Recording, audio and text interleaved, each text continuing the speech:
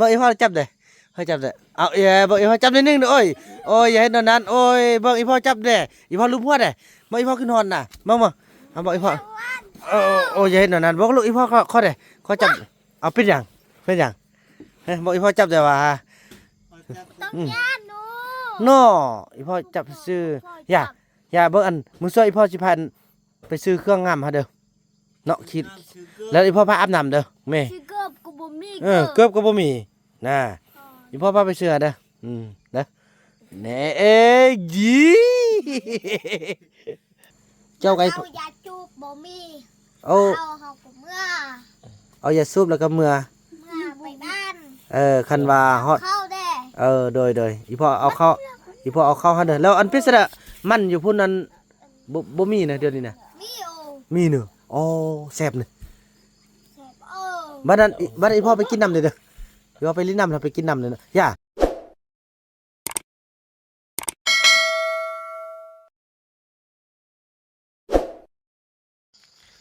สบายดีท่านผู้ชมเนาะสบายดี FC ของบ่าวรำกันเบิดสู่คนพี่น้องบ่ว่าสิอยู่ภายในหรือว่าอยู่ต่างประเทศกันคลิปนี้ก็เป็นคลิปที่พวกเราจะได้ไปเบิ่งว่าเผาต้องเลือกเฮามากันจักคนพี่น้องเนาะก็เดี๋ยวว่าหลังจากที่บ่าวนูนเพิ่นไปเอิ้นไปบอกในการที่ว่าให้ทุกคนได้มาร่วมงานสูตรหรือว่างานทำบุญบ้านเนาะพี่น้องรายการมอนี้บ่าวนำจะให้แว่เบิ่งต้นไม้รากเดียวพี่น้องนี่อันนี้เนาะอันนี้จะเกิดจากธรรมชาติพี่น้องเนาะจะมีเข้าไปในพุ่นละมีอยู่หลายต้นพอสมควรนะก็จะได้กำหนดเป็นส่วนพฤกษศาสตร์เผาต้องเหลืองเลยพี่น้องเนาะทุกชนิดหญ้าที่ว่าอยู่ในนี้พอเราจะได้รักษาไว้ส่วนพฤกษาเผาต้องเหลืองพี่น้อยน่าจะถูกฮะพวกโยงบ่มาโยงมากโยงจอมอิมุกมาแต่จูเข้าบ่มาเจ็ดซะแล้ววะเขาบ่มาเลยบ่ได้ตุ้มุงบ่มาเขาปอแล้วเขาฮู้บ่อยู่บ่เขาฮู้แท้ปาในได้ก็ต้องได้เบิ่งสันจะได้เข้าไปก่อนจะได้บักนู่นฮู้บ่บักนู่นแล้วเบิ่งสันค่อยว่าสิสันเวียงงานอยู่พี่นี่เบิ่ง1 5 มื้อ5ยามไว้เนาะ2มาสิให้อันนั้นให้เกี่ยมเสือกเกี่ยมอันออมบานนี่นะยาวเด้ใส่ออมหมู่บ้านนี่ใส่มีเนื้อที่อยู่2 เฮกตาร์ครึ่งพี่น้องเอ้ยเนาะตัวหน่วยผู้นี่จะได้บ่มีควันออกเนาะคักได้เนาะแล้ววันนี้โอ้ยกนอนใส่นอนลำพะเทาพรไทยมุกก็มาแล้วนุ่นก็มาบักนู่นฮู้มาบักเขาอยู่ฮู้นะสันสิพากนู่นแหละไปนำเพราะว่ามันอันนี้อยากสูดหมดทุกคนนะนั่นแล้วคำน้อยเด้บัดนี้คำน้อยอยู่น้ำพื้นเยอะเนาะอยู่บนเฮาไปเจอไปนั่นนะนอนหั่นแหละแสดงว่าอยากให้อันเข้าไฟสูดนำกันหมดทุกคนนะมีแต่ไปลัดทางนี้อยากจวบบ่มอยไปทางนี้ไกลโลแต่งกันบ่ไอไปทางนั้นน้องไปทางนี้บ่ไอคิดจักไปทางนาเวนน้องสิบุกเข้าทางนี้หรือว่าเบิ่งเฮาไปถามเขาเบิ่งถามคันว่ามันคันเขาอยู่ทางนี้แล้วก็ไปทางนี้บอกเลยยันเขาจะอยู่หม้อกันนะเนาะแม่นนั้นไปทำแล้วเบิ่งเนาะแล้วเบิ่งไปถามกันไปเนาะโอ้คือว่ามาหมดบ่แม่นเนาะยังไอคูณไอเอกคูณเอกวาดนี่แม่มิดเท่าใดตึมคำน้อย1 2 3 4 5ยัง5 คน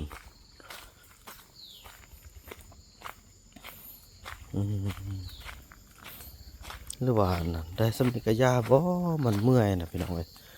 เบิ่งเฮาก็ได้หลายคนพอสมควรละเบิ่งไอ้เอกมาก็สิเมาสินะคักแท้อยากให้แม่เฒ่ามิดโอ้มานะพี่น้องเอ้ย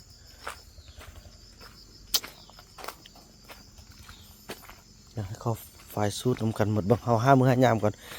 สบายดีตอนเช้าสบายดีไปหยังไปเหี่ยวไปเหี่ยวทางนี้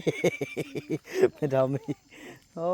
ยบ่ลืมอันนั้นพี่น้องนะบ่ลืมป้าแท้ๆโอ้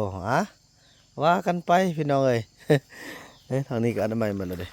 เนาะก็กล้วยก็เริ่มเป็นต้นเป็นโตมาแล้วอ่าเด้ออยู่พี่มีเจไรบ้างเด้อเอาเมทัลมีซะเนาะเมทัลมีติ๊กบุญรอดนางหลีจอมเมทัลแพทย์พอบุญไทยมุกนูนเท่าจันก็รู้ว่าหลายเติบเลย 6-7 คนแต่ก็ยังครบโอ้พี่น้องไอ้เนาะอยู่พุ่นยังพอคิงแม่มิดคูณวาดเอกไผ่คำน้อยอย่าง6โอ้ได้ครึ่งนึงแล้วพี่น้องเอ้ยนี่อยู่พี่กา7-8กับเต้าน้อยเนาะคันว่าไรหมดเนาะมังเอาแต่ว่าพี่หน่อยมังเอาตัวจริงเนาะคันว่านั่นกา2 มื้อ 2 ยามก่อนสบายดีไอ้หนูนเป็นจังได้เอ้ยคิดทอดโอ้สบายอ้าวบ่ได้ตัดผมมาลูก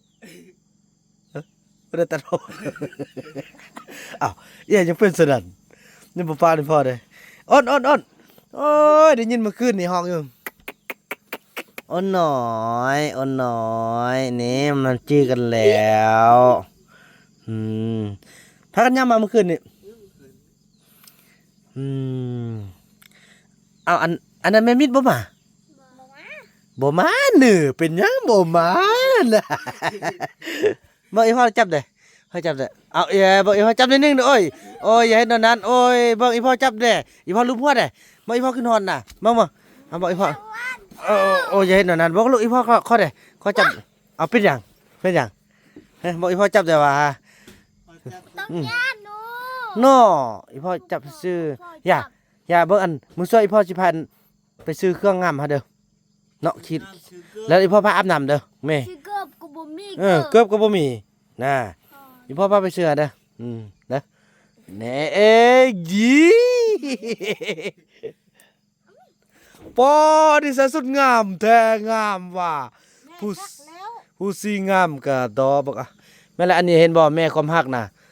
เนี่ยคือว่าลูกไปป้าแม่ยังซักเครื่องไว้ให้ซักให้ลูกเลยเนี่ยลูกมาได้ไปเปลี่ยน ไม่นี่เฮาไปป่า ฮะ ไปอยู่ป่า ไปอยู่ป้า ไปเตะปูบ่มีปูบ่มี เอาลูกเอาไปเอานึงอันนี้มันไล่สันพดมันยักเมื่ออันเนี่ยตึ๊บจังน้อยอันอีพ่อไปอาบน้ำมาบ่พ่ออาบหาเด้อหน้าโอ้เมื่อต้นช่วยก็ได้เอาต้นช่วยก็ได้ ต้นสวย ต้นสวยต้นนี้มันหนาวเนาะ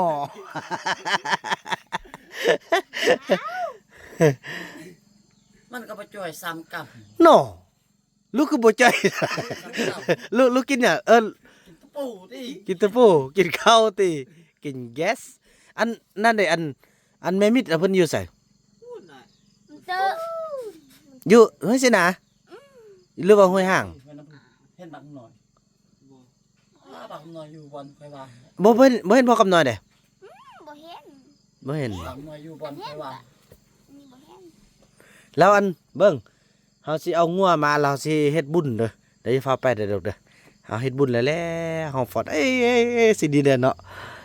เห็นเด้ออยู่เทิงก็เฮ็ดบันเทิงได้แล้วก็เอาจั่วมาสูดนี่เด้จั่วมาสูดเอาเฮ็ดบุญบานเด้บอกพอ กินขนมไปอยาก สำคัญพอบุญไทยหั่นแหละพี่น้องเอ้ยเนาะบอกเราหั่นแหละบอกว่าสิได้ออกไปออนสิออกไป5 มื้อ 5 ยามแล้วเด้นี่น่ะ ออกไปทางเขา สิออกไปอันซ้ำๆนี่ก็ได้แล้วแหละเนาะเขาจุดนั้นบ่มากก็ย่านเนี่ยย่านเฮ็ดซะแล้วมันใกล้บ่เนาะ ใกล้โอ้ ใกล้เนี่ยย่านเราไปบ่ไอ้เคยไปบ่เขาอยู่นี่ บนต้นนั้นไอ้บ่เคยไป เนาะมันอยู่ไสวะ ไปน้ำพื้นบนอันหมอ ลุ่มไปดิ หมออันไปอันมันน่ะค่ำพุ่นน่ะ แสดงว่าขึ้นหน่วยเมียแล้วเฮาเลาะลงเตอ โดนมอเตอร์แล้วก็ตกแล้วก็ล็อก ทำเลาะขึ้น เลาะขึ้น ไปฮอนหันแล้วก็ลงตกแล้วก็เลาะลงต่อเลาะขึ้น เอา ลูกสอบเข้าเนี่ยชัวร์ สลีบ่อยากไปนำเข้าติ บ่ ป้างามคักเว้ยพุ่นน่ะพี่น้องเอ้ย เข้าบ่อยากมาก ทองใหญ่เด้อละเด้นี่เห็นบ่น่ะทองเนี่ยวันที่21นี่ถือกันไปอันนั้นนี่ไปฝากทองตึมลูกอันนั้นบ่ลูกไปหุ่นก็ได้ใส่แฮนั่นนี่ได้ใส่แฮน่ะ เด้อ ม่านบ่ มัน บ่ถึกบ่ถึก ใส่บ่เป็นติใส่กระยอดน่ะ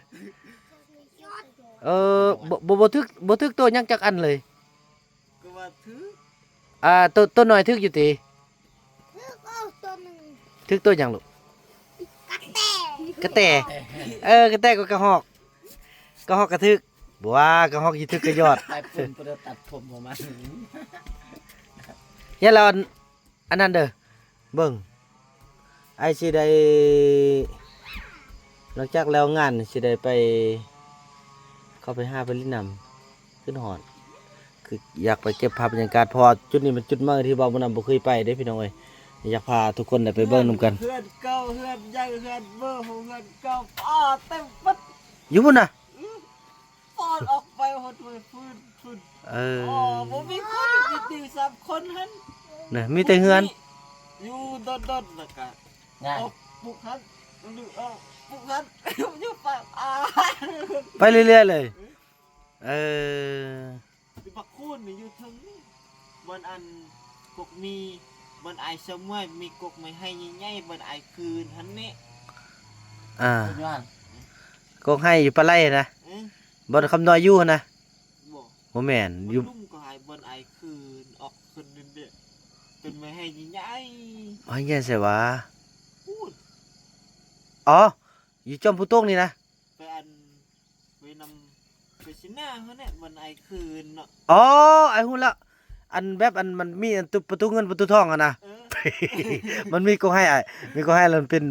มันแบบว่ากกเดียวขึ้นแล้วเป็นออกเป็นเราไปจุกันแล้วเป็นหู้นะแล้วค่อยกันย่างลิบอยู่หั่น อยู่วะ แล้วสิมีน้ำกินอยู่หั่น มีปะตักอายุลุ่ม เบ่ไกล เขาอดนะตัก ๆเบิ่งอัน อย่าง ของกินนั้นเฮาได้ซื้อมาได้บ่เมื่อวานนี้กว่าสู่เขากินเนี่ยอันพวกลูกได้ยังได้สินหมูได้บ่ อยากรับ ได้บ่ โอ้ยเขาอยากรับ เพราะมันได้อยู่ไส อยู่ โอ้ เขา ต้มเขา สำคัญกับเรานะ ต้ม อืม เขา แม่นแหละ เขาบ่มากกันว่าไปนำ ดีละเด้อนู่นอย่าสว่ากันไปใส่บัดนี้อาจจะเริ่มอันซอกมือซอกยามเฮ็ดอันขึ้นเฮือนเฮาบัดนี้ขึ้นเฮือนแล้วก็พากันม่วนพากันเข้าไฟสูดนํกันสำนี้ก็ได้แล้วแหละเนาะมัน แต่มันสำคัญเราเนี่ยนะ อืม เขามันบ่สำคัญ อืม เขาอยากมาก อยากจริงๆอยากได้มันมาหมดโอ้ม่วนน่ะ อยากเห็นอีเอกเมาเด้ อยากเห็นเด็กเต้นนะบ่มา แล้วก็อยากเห็นคำน้อยเมาหายเด้ อยากเห็นบ่วัดแล่นตำพุ่นตำพี่เด้เออ ไปบอกว่า จะเอาตู้มาเด้เฮาเอาตู้แบบมื้อนี้เฮาบ่เอาแบบหลายคนโพดเฮาเอาธรรมดาเอาในสร้างเอาไทบ้านเฮานี่ก็พอแล้วบัดนี้ไอ้งัวไอ้ไปซอกเห็นล่ะ เห็นล่ะ โอเค ไปบอกเขาเด้อว่านั่นก็เอาเฮาจะเอาจำนวนคนน้อยของกินถ้ามันเลื่อนนี่เฮาเบิ่งควบคุมว่าเรื่องอันสินงัวเด้คันเลื่อนแล้วเกี่ยมจงไว้ให้เฮากินได้ไว้กินอันคาบแต่ละมือแต่ละเน้นคนน้อยที่สุดแล้วก็อันน้อยแต่เน้นคุณภาพอะนะจั่วนี่เอา9องค์มาประมาณ9องค์จังได๋น้องอ้นน้องอ้นไปไสไดมีลูกแล้วบ่ บ่ บ่มี3ปีนี่แหน่ไปอยู่ป่าบ่มีอันแจะแน่กันอยู่บ้านแม่มีอันแจะมีลูก ลูก เน่า ลูกเน่ามันออกเลย มันเน่า มันเน่ามันบ่ออก ลูกทู่ ลูกทูก มัน ลูก บ่ ๆ เอา มันป่ะ มันเน่า แท้เนอะอ้นแท้เนอะเป็นซะได้ มันบ่ได้แจ้มันบ่มี นั่นแหละอยู่ มาเนี่ยมันบ่ได้สิ อยู่พุ่น มีแต่มาข้าวนะ อยู่พุ่นมันบ่มีตัวแจะเด้เนาะ มีแต่มาข้าวมันออกมาสิตลอดตอนนั้นน่ะ มาเข้ากับตัวแม่หรือตัวผู้มาเข้านะตัวแม่อันนี้เนี่ยบ่ออกมาแล้วบ่มีตัวผู้เนาะ มื้อเยอะแล้วบ่มื้ออีกพอไป เออ ซ้ำนี่ล่ะ โอ้ย FC พ่อแม่พี่น้องขึ้นฮอดอายงเอาแท้ว่ายงลูก FC โหขึ้นฮอดลูกขนาดเลยอยากเห็นลูกว่าซั่นมักจะได้ไปแต่งเนื้อแต่งตัวอาบน้ำอาบในฮะนี่แม่ก็ซักเครื่องให้แล้วเด้เออเดี๋ยวได้สำนึกกับบ่สิโทรหาอัน มาเปลืองมาเคาะแค่อยู่ เนอะบ่ก็ลอกก็แค่เอาขึ้นฮอดโอ้ดนบ่เห็น ตก กัน ใจดนกะว่าเบื่อไป เปลืองเฮาข้ามนี่เคาะ เนอะ ก็ว่าสิ เฮ็ดคืออีเมลเอาเครื่องไปเสียงตลอดเห็นเปิดเห็นตุนเนื่อมตุนยำจอเต็นมันมา เออ คุณนั่นคนมาเบิ่งเมื่อคืนมีมันอ้อยเต็มมัน แท้อีเมลอันเฮ็ด อีเมลบ่แสดงว่าอีเมล อีเมล ชอบนี่นะซิม ยาสูบเต็มคนเดียววัด วาย ไหวเป็นยังตัวเอง ก็นี่มาอีตุนเดี๋ยวอีเมลเนี่ยมาอีตุน เอาอย่าไปซอกซื้อซะใส่มัน เอาเข้าตังเองจุเข้าหักตัง สิบ่ม่วนน่ะนุ่งบ่ สองคนหักตังกันเองนะ มื้อนี้โอนไปป้า ไปป่าเมื่อบ่อยู่เฮาอยู่ป่าเออชีวิตบักยงเนาะ แล้วหมดเนี่ยเข้ามา อันนั้นก่อนกินบุญก่อนเนาะกินบ่เลยค่อยเมื่อเนาะไอ้บ่สิซื้อของอยู่ของกินให้กินเด้อแล้วก็เมื่อนำกัน เจ้าไอ้ เอายาจูบบ่มี เอา เฮาก็เมื่อ เอายาสูบแล้วก็เมื่อ ไปบ้าน คันว่าฮอด เข้าแด้ โดยอีพ่อเอาเข้าให้เด้อแล้วอันพิสระมันอยู่พุ่นนั้นบ่มีนะเดี๋ยวนี้นะ มีโอ มีเนาะอ๋อแซ่บนี่ แซ่บบัดนั้นอีพ่อไปกินน้ำเด้อเดี๋ยวไปลิ้นน้ำแล้วไปกินน้ำเลยเนาะย่าแล้วเอาไปใส่อันกระยอดเนาะอีพ่อไปซ่อนใส่แฮวเด้อลูกสาวบ่เป็นมันจะบ่ถึกน่ะเราก็ต้องเบิ่งทางมันมาเบิ่งทางมาแล้วก็ใส่ดี เอาพวกแม่ทอดต่อยแล้วเชื่อ ๆเหยียบบ่หัดเลย ขั้นสักขั้นน้อยอย่ามัน ขนาดยามา แม่อินุเพชรแล้วเอาใส่มันลุ่มแล้วเอาเป็นข้าวเป็นกูเกามันเชื่อมันเพิ่มซ้ำนี่เขาไปเหยียบขึ้นตุกต่อหอกหูเบิ้งว่าแม่ใส่ ว้าคือตะเตาบ่แม่นมันใส่ซับมัน แม่มีคือแม่มิดเขาเสื้ออันหนึ่งเขาเสื้อเลยน้ำเขาเห็นอันนึง อันขั้นนั้นเอาขั้นไม่ไล่ลูกมีก็ไม่ไล่บ่ไม่ไล่มันจึงแน่น มันจะมันจะบ่คาดไปว่าบัดนั้นอีพ่อไปหากินน้ำแล้วเวียกก่อนแม่นละรักษาจำนวนพ่นซำนี้เด้อ เอาเพิ่นเขาอย่าง เอาไหนก็ซุปโอ้โหอัดไปเอียดโอ้โห โอ้ยพี่น้อยเด้อต้นเด้อแต่เดี๋ยวนี้จิตสำนึกอันนั้นแหละ เจล พูดได้ เพิ่นว่าแก้ตัวเจล อายงนี่เฮียอายงอีพ่อลองถามดูถ้าสมมุติว่าเยอะมาอยู่ในป่าแล้วบัดนี้ผู้เฒ่าผู้แก่ก็ไปบ่เป็นก็แบบแบบจังได๋ว่าแบบแม่เฒ่าแพทย์เป็นพ่อเฒ่าจันทร์นะลูกเฮ็ดจังได๋ลูกสิส่วนเพิ่นออกมาอยู่ในพ่อบ่ เกับไอ้นู่นคือมือเฮาคือมือ แล้วมีแต่บัดอันลูกแล้วก็อยู่ผู้เดียวคือพ่อคำน้อยหั่นถ้า ไตปู ถ้า เอาหันได้ไปไตปูแม่นบ่มีปู เอาบ่มี ฟ้า การพูดเอาแม่มากิน ไปไตปูมาเฮา คันหมดนะเฮาเบิ่งนี่ผู้ลูกมาเมื่อน่ะคันพวกนู่นนี่ เฮ้ยเจ้าแหละ คุ้มเข้ามันสิจะได้ อืม พา แต่ ย สมมุติพอมันไทยกับเขาแล้วจุอันนี้ สองคนเด้อ มันสำคัญแต่สอง แล้ว คน แล้วบ่เห็นสร้างนั่นลูกอยู่น่ะบ่มีติ บ่มี มีที่หมูป่า โอ้หมู่ป่ามี ก็ นะ ได้เสื้อ หมู่บ้านมีแต่หมู่อีแมว อืม กันก็บ่ออกไปป่าในงามนะ การไปการมือคำเห็นโอตุหมูป่าตัวใดนี่ อย่าท่านอ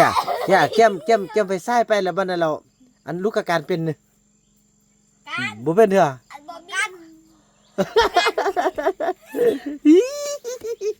โอ้ยกินฮอดตอนพาไปซื้อรถเด้ไปเขาเอาห้องแฮมเขายังพี่น้องเอ้ย อันไป จะเป็นของทรงจำ ไปเฮ็ดบุญนี่ เฮียเฮ็ดบุญแล้วเราไอไปน้ำเนาะ ไป เบิ่ง นำ แล้ว ก้นหัวย่าเด้ มีเนี่ย นี่มันปักอยู่พุ่นก็ได้ เบิ่ง เอ้ย เจ้าทูบมัน หล่อน นี่ เป้ เบิ่งเจ้าถ่ายรูปเบิ่ง ใส่เข้าแล้วดิ ได้ถ่ายรูปไล่บ่โอ้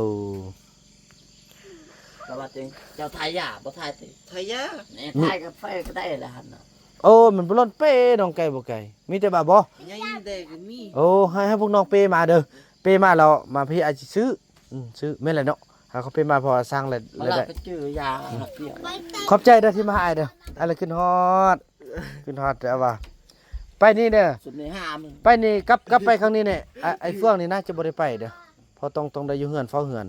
เพราะน้องสิไปแล้วก็สิไปเอาว่าเรื่องเอาไปเข้าไปน้ำไปในบัดกลับมาสงสัยสิกลับผู้เดียวบ่จักเลยนี่น่ะสิได้มาให้ทางไปนำ มันอาจจะขึ้นถึงวันเก้าหั่น แล้ว หะ ปืนแก๊ปยังอยู่เนี่ย บ่มี น่ะเราไปเฮ็ดแสดงพากันหาอยู่หากินแสดง ก็ว่าทึกใส่แฮวอาจจะเอาคนวัดเอาเลย โป้ เราไม่แพง คนซ้ำผีอยากได้ นี่ คือไอ้ อ่ะเดี๋ยวเราได้มื้อซ้อยกันเนาะเราจึงอาบน้ำดีๆแล้วกันนุ่งเครื่องมาเอาอยากได้หยังอยากกินหยังเลยบอกเด้ออีพ่อสิซื้อให้เด้อพาไปซื้อให้เพราะว่าเป็นห่วงเพราะว่ามีพ่อแม่ FC เพิ่นขึ้นฮอดหลายคนลูกเอ้ยพี่น้องเอ้ยเบิ่งแล้วก็น่าเวทนาเนาะโอ้จะได้เท่าจันเท่าลายแล้วนี่ก็ได้โอ้ดีใจพี่น้องได้สำนึกโอเคแล้วไอ้เฟืองเนาะจะได้วอร์มคิงก่อนสิเกียมเดินทางไปสบายดีพ่อสบายดีพ่อบุญไทยป้าเถอะเบิ่งจับมือได้โอ้สบายดีดีใจพ่อเอ้ยแน่ลุงอาสิดีแล้วอันหาไอ้นู่นไปหาเราไปส่งข้าวให้พ่อนะเราเฮาสิเอางัวมาเฮาสิมาเฮ็ดบุญบ้านเฮาเด้อเราบ่ท่าพากันไปใส่เด้อแล้วลูกจะหามื้อหายามเด้ออันใดแล้วก็กินแล้วบุญเราไปพุ่นแล้วลูกสิพยายามนำเด้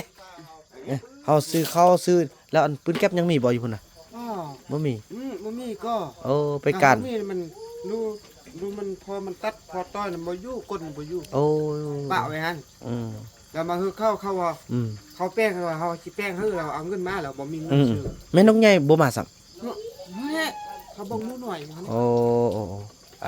มีแต่เฮากินบุญแล้วเราค่อยไปเนาะพี่น้องเอ้ยโดยชอบคุณเก็บอะไร เออ ประเทศนี้เนี่ย บ่จิซองให้ซั่นน่ะคันซั่นก็แล้วบุญเฮาก็เอาของโยงกินเอาเข้าได้ไป เอาเจ้าพี่เด้เอาตรงนั้นไปจัง แม่นน่ะพอเอ้ยโอ้ดีใจเด้อมาเทิงกันพี่น้องเอ้ยถือว่ามียังแม่นกใหญ่เนาะไล่บ่ขึ้นจบจังซั่นแล้วพี่น้องเอ้ยถือว่าคลิปนี้บ่าวบ่นำขออนุญาตจบคลิปกันเพียงส่ำนี้ก่อนพี่น้องเอ้ยแล้วว่ากันใหม่ในคลิปต่อไปเนาะคลิปนี้บ่าวบ่นำขอกล่าวคำว่าสบายดี